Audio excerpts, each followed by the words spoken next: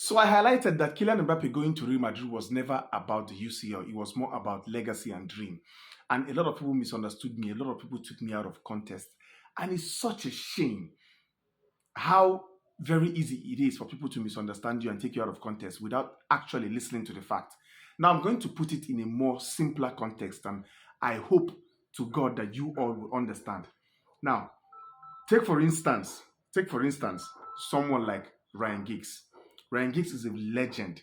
He's a Premier League legend, a Manchester United legend, one of the most decorated footballers as long as English football is concerned, right? But when you talk about national football, what is his legacy? Zero. He has nothing to talk to. There is nothing to write about Ryan Giggs when you talk about national football. He never played in the World Cup, nothing, because he comes from a country that has no football heritage. Now, let's talk about Robert Lewandowski, a great legend, someone that will never be forgotten as long as club football is concerned. But when you talk about national team football, what are his achievements? Nothing.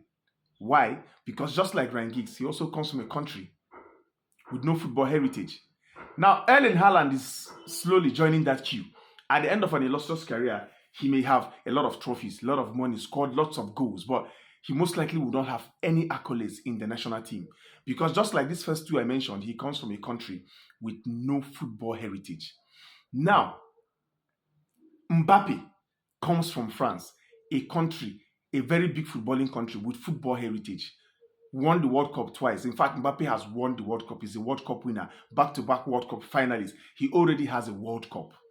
Now, when you talk about club football, his only achievements are in PSG, and he needed a team that has the solid backings he wants to solidify his name in the football prince of time, to give him a strong football legacy. And on top of that, Real Madrid has always been his childhood dream club, a club that he has always wanted to play for since childhood. So him moving to Real Madrid was not just because of the Champions League. It was more of a legacy. I hope I've put it in a simpler terms for you to understand that he wanted a stronger legacy. And he knows that PSG does not have that kind of backings. PSG cannot even be compared to Manchester United or Liverpool or even Inter Milan. These are all bigger clubs than PSG, right? As long as football is concerned, PSG is only big in France. But in Europe, PSG is small picking. Mbappe needed a big name, a big backing to solidify his legacy as long as football is concerned. And what other club to do that other than the club he has always dreamt of playing for, Real Madrid, which was why he chose to move from PSG to Real Madrid, even though his parents, his family advised him that PSG were closer to winning the Champions League than Real Madrid. And he said, no, I will start from scratch because he knows what he was going for.